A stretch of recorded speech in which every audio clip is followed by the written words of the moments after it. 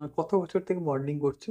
Modelling করতাম আমি যেমন 2012-13 আমি করেছি। ওই সময় আমি আদি মোহিনীমোহন কাঞ্জিলালের হয়ে কিছু অ্যাডভার্টাইজমেন্ট করেছিলাম। তখন ম্যাচিউর ছিলাম না অতটা।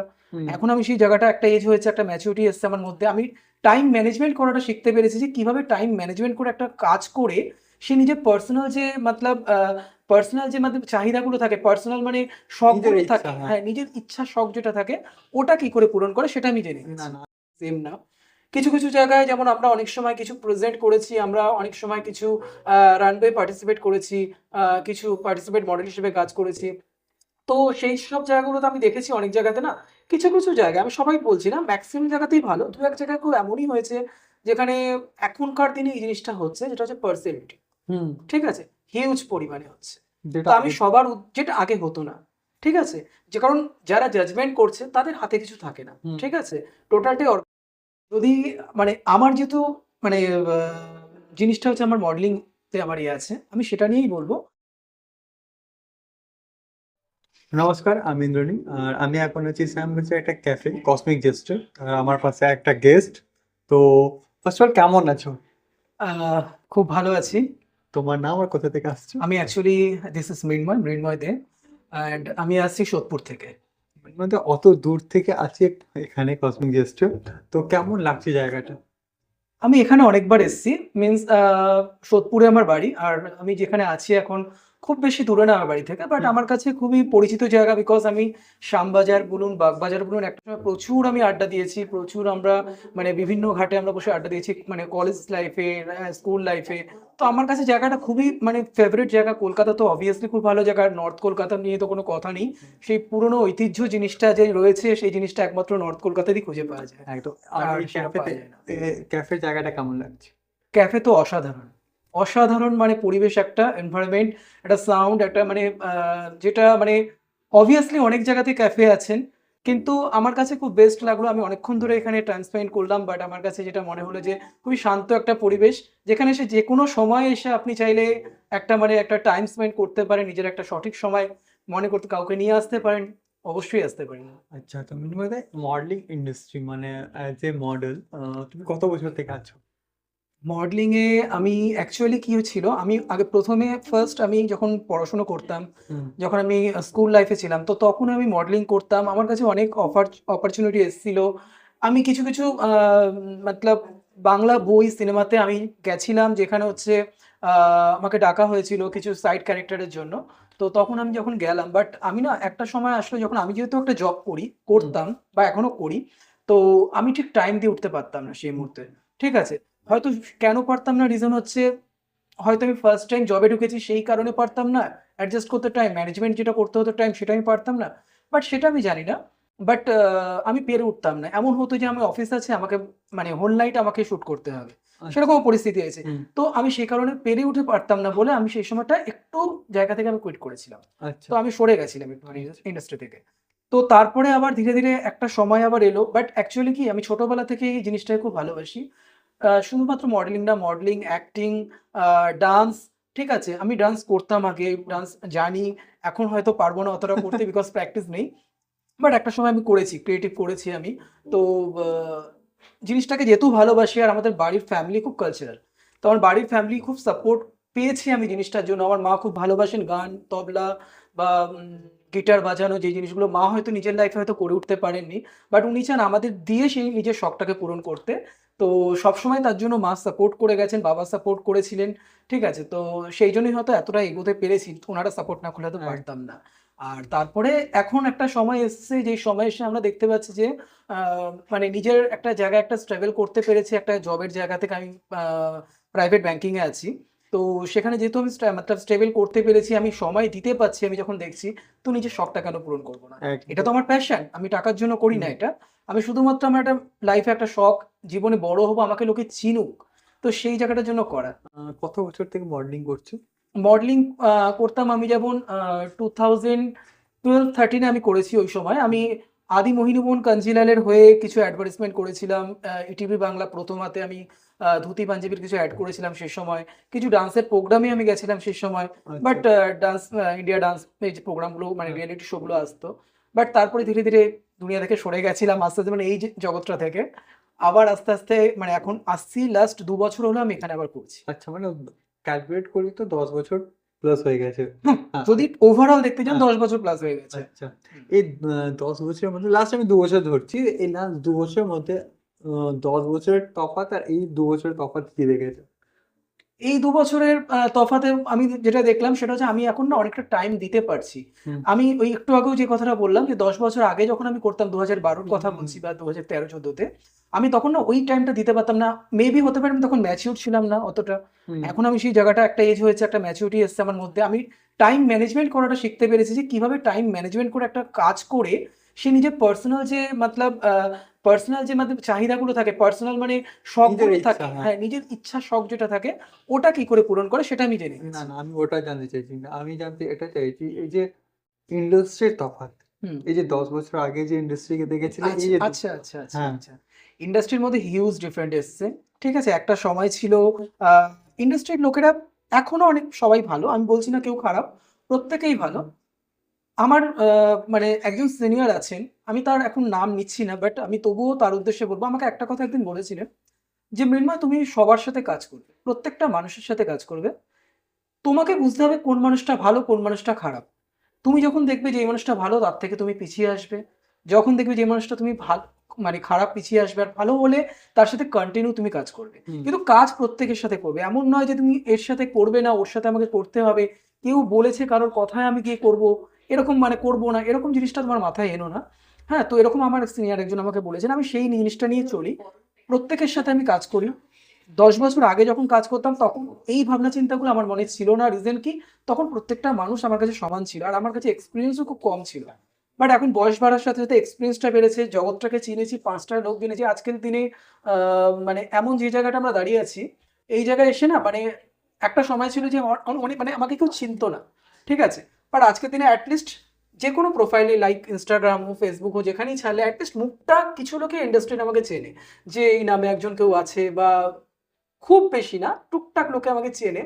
তো সেই হিসেবে মানে ভালো লাগে, নিজের একটা পরিচিতি হচ্ছে, এখনো হয়নি, পুরো হচ্ছে। আর মানে ফিউচারে আমি টার্গেট নিয়েছি যে যাতে আরো পরিচিতি হয়, তার জন্যই চেষ্টা করা, আর কিছু না।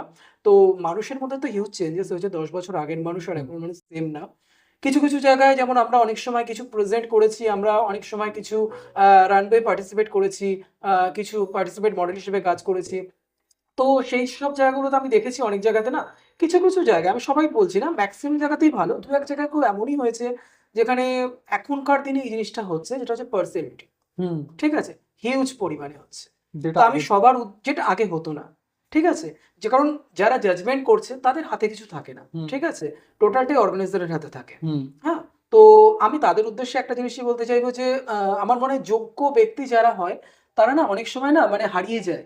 শুধুমাত্র তারা কোনোভাবে আপনাকে সাপোর্ট করতে পারেনি বলে। কিন্তু যারা অযোগ্য ব্যক্তি, আমি কাউকে অযোগ্য বলছি না। হ্যাঁ, তিনি তার 100% দিয়েছেন ডেফিনিটলি।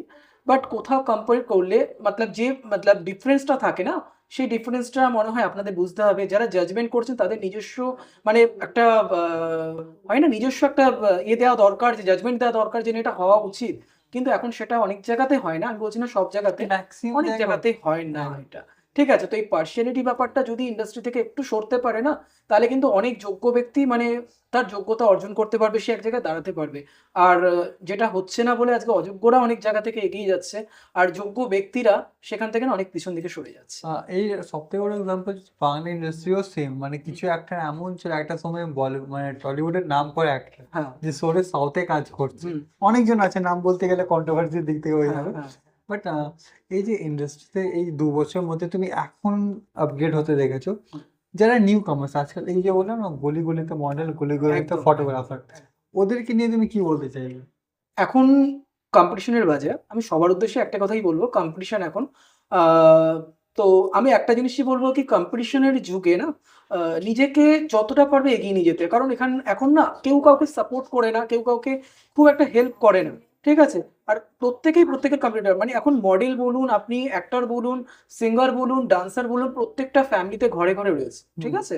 তো এই যে ঘরে, ঘরে এত লোক রয়েছে, তো সেখান থেকে নিজেকে আগে তাদের থেকে একটা নাম করা, নাম জায়গা করা, সেটা কিন্তু অনেক বড় ব্যাপার একটা। তো একটা সেই যে জায়গাটা, সেটা করার জন্য নিজেকে অনেকটা স্ট্রাগল করতে লাগে। মানে করতে লাগছে। তো আমি তাদের উদ্দেশ্যে একটাই বলবো, আপনি যখন মানে স্থির করেছেন মেন্টালিটিকে আপনি এটা করবেন বা আপনি এটা করতে চাইছেন, আপনার এটা গোল স্বপ্ন, আপনি জীবনে মডেল হবেন বা আপনি অ্যাক্টর হবেন বা আপনি ডান্সার হবেন বা সিঙ্গার হবেন, তো আমি বলবো আপনাকে পিছন থেকে টেনে ধরার লোক কিন্তু অনেক থাকে। হুম। হ্যাঁ, যেটা আমার ক্ষেত্রেও হয়েছে। পিছন থেকে টেনে ধরার লোক অনেক থাকবে, আপনাকে নিয়ে হাসাহাসি করবে। আপনার অনেক জিনিস নিয়ে, আপনি ডান্স করছেন, আপনার সেই জিনিসটাকে নিয়ে অনেকে হাসাহাসি করবে। আপনি সিঙ্গিং করছেন, আপনি গান জানেন, তো সেটা কোনো সময় দেখছে। সেটা নিয়ে মডেলিং করছেন। এমনও হয়েছে যে আপনি একটা মানে মানে এমনও হয়েছে আমি একটা শো করেছিলাম যেটা হচ্ছে আপনার আম পাটের উপরে। বাংলা বা আমাদের যে ভারতবর্ষে যে পাট শিল্পটা আছে, সেটা আমি আমার ড্রেসের মাধ্যমে তুলে ধরেছিলাম। আচ্ছা। এবার সেই জিনিসটা হওয়ার ফলে আমি জানি না, মানে যারা অ্যাকচুয়াল গুণী ব্যক্তি তারা জিনিসটার মর্যাদা দেবে, তারা বুঝতে পারবে। তারা ঝিকঝাক জিনিসটা পছন্দ করবে না। তারা জিনিসটার আমি বলতে চাইছি যে এই যে পাট শিল্পটা ধীরে, ধীরে বন্ধ হয়ে যাচ্ছে, সেটা আমাদের স্টেট গভর্নমেন্ট হোক বা মানে সেন্ট্রাল গভর্নমেন্ট হোক, তাদের সাহায্যে যদি আমাদের আবার সেটাকে চালু করা, পুরনো যে ঐতিহ্য জিনিসটা, পাটের জুট ব্যাগ হয়, জুটের ব্যাগ হয়, হুম, অনেক হুম। কিছু হয়। তো সেগুলো যাতে আবার চালু করা যায়, সেটার জন্য আমি সেই জিনিসটাকে নিয়ে একটা থিম করেছিলাম। বাট আমি দেখেছি আমার সেই জিনিসটাতে প্রচুর ভিউজ এসছে। মানে না হলেও আমার 70K এর উপরে আমার ভিউজ এসছে। মানে ভিউজ এসছে 70-80K।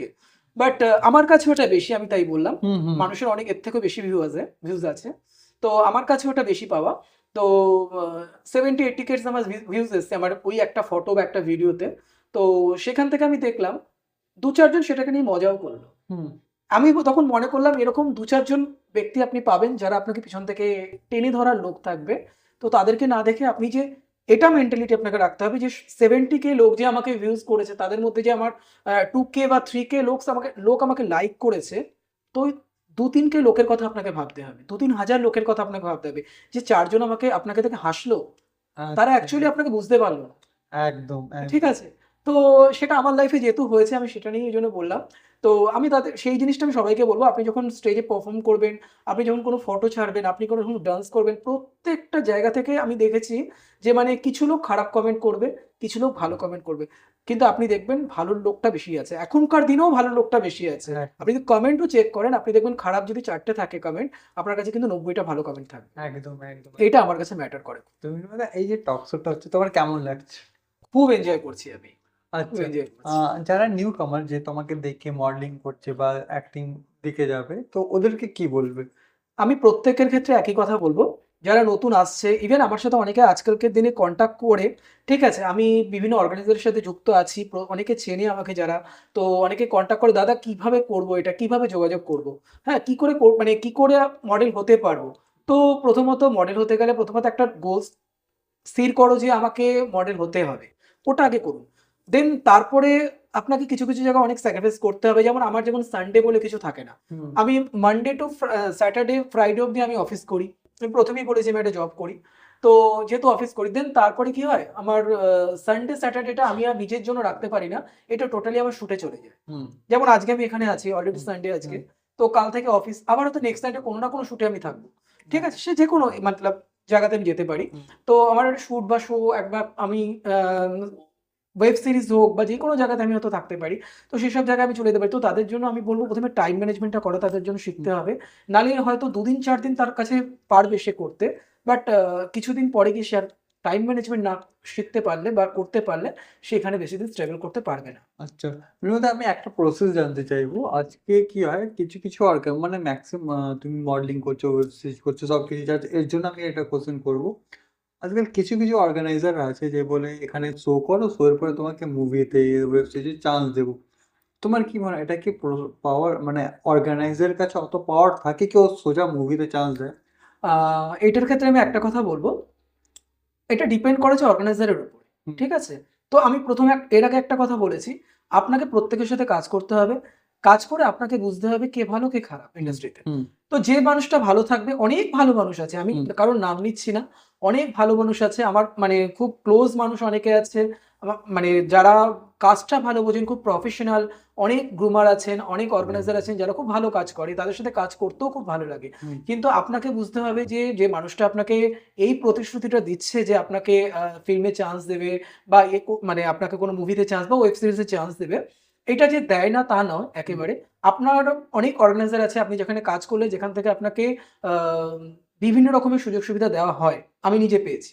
পেইড ওয়ার্ক কিছু দেওয়া হয়। হুম, আপনি হয়তো খুব বেশি দিন কাজ করেন ইন্ডাস্ট্রিতে, বাট আপনি একটা না কিছু যেটা আপনাকে নরমালি কোনো লোক কোনো পেইড করে ওয়ার্ক করার সুযোগ দেবে না। হুম, ঠিক আছে? বাট যেখানে আপনি কিছু পেইড শুট করার অপরচুনিটি আপনি সেখান থেকে পাবেন, তাদের কাছ থেকে পাবেন, তাদের সাথে শো করলে, সেই অর্গানাইজেশনের সাথে যুক্ত হলে। আর তার থেকে কিছু শুটিং বলুন বা কিছু আপনার সিরিয়াল বলুন, মেগা সিরিয়াল যেগুলো হয়, ডেফিনিটলি অনেক, আমি নাম কারোরই নিচ্ছি না, প্রত্যেকের এরকম আমার দেখা, ডেফিনিটলি অনেক সুযোগ সুবিধা আসে। এবার দেখুন, আমি বলছি না 100% অর্গানাইজার আপনাকে এরকম সুযোগ সুবিধা দেবে বলে বা প্রত্যেককে দেবে বলে, হয়তো দেবে সে, বাট প্রত্যেকটা মানুষকে যেহেতু তার কোনো মানে নেই, বাট আপনাকে তো সেই বন্ডিংটা তার সাথে রাখতে হবে। আচ্ছা, একদম। তো এই যে অ্যাক্টিং দিকে যদি বলি, এখন অব্দি কি, কি প্রজেক্ট করেছো? অ্যাক্টিং এর দিকে বলতে গেলে দেখুন, আমি বেসিক্যালি আমি অ্যাক্টিং দিকটাতে বেশি যাইনি আমি। ঠিক আছে? আমি টুকটাক ছোটখাটো আমি মানে নাট্যাভিনয় বলতে পারেন, আমি যেমন বিভিন্ন স্টেজে আমি করেছিলাম। লাইক এখন হয়তো সেগুলো যারা মানে মর্যাদা দিতে পারবে তারা হয়তো ভালোবাসবে। লাইক পুরোনো দিনের যে আমাদের মানে বিভিন্ন গল্প আছে সেগুলোর উপরে, বা লাইক রামায়ণের উপরে, মহাভারতের উপরে। হুম, ঠিক আছে? আমরা বিভিন্ন পার্ট করেছিলাম ছোটবেলায়। মানে ছোটবেলায় বলব না, মানে বড় হয়েই করেছি। হুম, কিছু বছর আগে। ইমিডিয়েট আমি কোনো অ্যাক্টিং এর লাইনে নেই। আমি এখন ইমিডিয়েট অনলি মডেলিং। ডান্সটা করি একটুখানি ভালো লাগে। ঠিক আছে? তো চর্চাটা একটু কমে গেছে এখন। মডেলিংটা এতটাই বেড়ে গেছে, চর্চাটা কমে গেছে। বাট জিনিসটাকে ভালোবাসি। চাইলে হয়তো আবার স্টার্ট করতে পারব। আচ্ছা, আচ্ছা। তো আমি লাস্টের দিকে যদি যাই, মৃন্ময়দা, ইন্ডাস্ট্রি ভালো খারাপ দুটোই থাকে। একদম। বাট ধরো তোমাকে মানে তোমার দুটো প্রসেস, দুটো কথা বলো যে ইন্ডাস্ট্রির মধ্যে দুটো খারাপ আছে আর দুটো পজিটিভ আছে। আগে প্রথম খারাপটাই জানি। খারাপটা জানবে। ইন্ডাস্ট্রিতে খারাপ হচ্ছে, উম কিছু মানুষ থাকবে, আমি আবারও বলছি, কিছু মানুষ থাকবে, খারাপ থাকবে। ঠিক আছে? কিছু মানুষ থাকবে আপনাকে বিভিন্ন রকমের প্রলোভন দেখাতে পারে, হুম, অপরচুনিটি দিতে পারে। বাট ফিউচারে গিয়ে সে আপনাকে সেই জিনিসগুলো প্রতিশ্রুতিটা রাখবে কিনা সেটা ম্যাটার করে। এইটা হচ্ছে একটা খারাপ পয়েন্ট। হুম, এরকম মানুষ আপনি মানে সম্মুখীন হবেন। সেই জায়গা থেকে আপনাকে বুঝে নিতে হবে তাকে কিভাবে তাকে ফেস করবেন। আর আরেকটাও আমি বলব কি, ইন্ডাস্ট্রিতে আ যেটা আমি বললাম পার্সিয়ালিটির ব্যাপারটা, ওটা থাকে। ঠিক আছে? আচ্ছা, ওই জিনিসটা তো খুব বড় একটা মানে ম্যাটার করে একটা মানুষকে স্টেবল হওয়া থেকে, বা একটা মানুষের ডিমোটিভেট কিভাবে হয়ে যায় সেই হুম, জিনিসটাকে যাতে না হয় সেটার জন্য এটা খুব ম্যাটার করে। হুম, এই জিনিসটা আছে। আর ভালো দিক যদি আমি বলি, প্রচুর অর্গানাইজার আছে, প্রচুর গ্রুমার আছেন। হ্যাঁ? তো আ তারা কিন্তু খুব ভালো কাজ করেন। হ্যাঁ? তো তাদের সাথে যদি কাজ করার সুযোগ পান, আমি বলব সেখান থেকে একবারও না মানে যাতে পিছু না হাঁটেন। ঠিক আছে? অনেক লোক আছেন যারা এখনো ইন্ডাস্ট্রিতে ভালো আছে। ঠিক আছে? মেক্সিমামই ভালো। আমি সবাই ভালো বলব। কাউকে আমি খারাপ বলছি হুম। না। হ্যাঁ? তো নিজেকে বুঝতে হবে কে ভালো কে খারাপ। তো যারা ভালো আছেন তাদের সাথে থেকে যদি কাজের সুযোগটা মানে করার একটা সুযোগ পাওয়া যায়, সেটা অনেকটা মানে ম্যাটার করে। আচ্ছা। তো মৃণালদা, কলকাতা নিউজ টাইম অডিয়েন্সদেরকে কি বলবে? কলকাতা নিউজ টাইম অডিয়েন্সদের আমার ক্ষেত্রে থেকে এটাই বলব কি, যদি মানে আমার যেহেতু মানে আ জিনিসটা হচ্ছে আমার মডেলিং তে আমার ইয়ে আছে। আমি সেটা নিয়েই বলব। প্রত্যেককে বলব, যদি কেউ ইন্টারেস্টেড থাকেন, হ্যাঁ? তো ডেফিনিটলি আপনারা এখানে ইন্দ্রনীলের সাথে আমার কথা হচ্ছে। হ্যাঁ? এর আগেও ইন্দ্রনীলের সাথে আমরা পরিচিত ছিলাম। তো যদি কোন রকম ইন্টারেস্টেড থাকেন আপনি কনট্যাক্ট করতে পারেন। আর কলকাতা নিউজ টাইমে আপনি যেটা আমি বলব, আমি আসার যেখানে সুযোগ পেয়েছি, আমাকে যেখানে ডাকা হয়েছে, তো তার জন্য আমি আন্তরিকভাবে মানে কৃতজ্ঞ তাদের কাছে, কি আমাকে এই মানে পজিশনটা বা এই জায়গাটা দেওয়ার জন্য বা আমাকে ইনভাইট করার জন্য। আমি তাদেরকে বলব যে এরকম যদি আরো আপনিও যদি আমার জায়গায় এসে বসতে চান, তো সেক্ষেত্রে আপনাকে কিচ্ছু না, শুধু মনে একটু ইচ্ছা রাখতে লাগবে। তো সঠিক ইচ্ছা রাখতে লাগবে। ব্যাস হ্যাঁ, পারবেন। একদম। থ্যাংক ইউ মৃণালদা। খুব ভালো লাগলো তোমার সাথে। থ্যাংক ইউ সো আর মাচ। স্পেশালি তুমি যে কথাগুলো বলে, দেখো পজিটিভ ইন্ডাস্ট্রির মধ্যে পজিটিভ নেগেটিভ তো থাকে। এই যে পজিটিভটাকে নেগেটিভটাও দুটোই ক্লিয়ার করলে এটার জন্য নিউ কামার্সের জন্য একটা মাথা খুলে গেছে। কেন কি একদম, একদমই দরকার কেন সেটা। কি ম্যাক্সিমাম ইন্ডাস্ট্রির মধ্যে কি হয়, তোমার সাথে নেগেটিভ বা সিপি হ্যাঁ, ইউজটা হ্যাঁ, হয়। হ্যাঁ। স্পেশালি এখন, আগে কি হতো, কাই ফিমেল মডেলের সাথে হতো, বাট এখন দেখছি সে একদম, একদম ওটা আছে এখন। ওটা নিয়ে বলার কিছু নেই। এর জন্য এটা দেখে আমি এখন ভাবছি ইন্ডাস্ট্রি কোন লেভেলে যাচ্ছে। একদম, বাট ভিডিওটা খুব ভালো লাগলো, তোমার সাথে খুব তাড়াতাড়ি আবার দেখা হবে একদম, নতুন একদম। কাজ নিয়ে। Thank you. খুব তাড়াতাড়ি মৃন্ময় স্যার আবার দেখা হচ্ছে নতুন প্রজেক্ট নিয়ে, নতুন এপিসোড নিয়ে। ধন্যবাদ। Thank you. Thank you so much.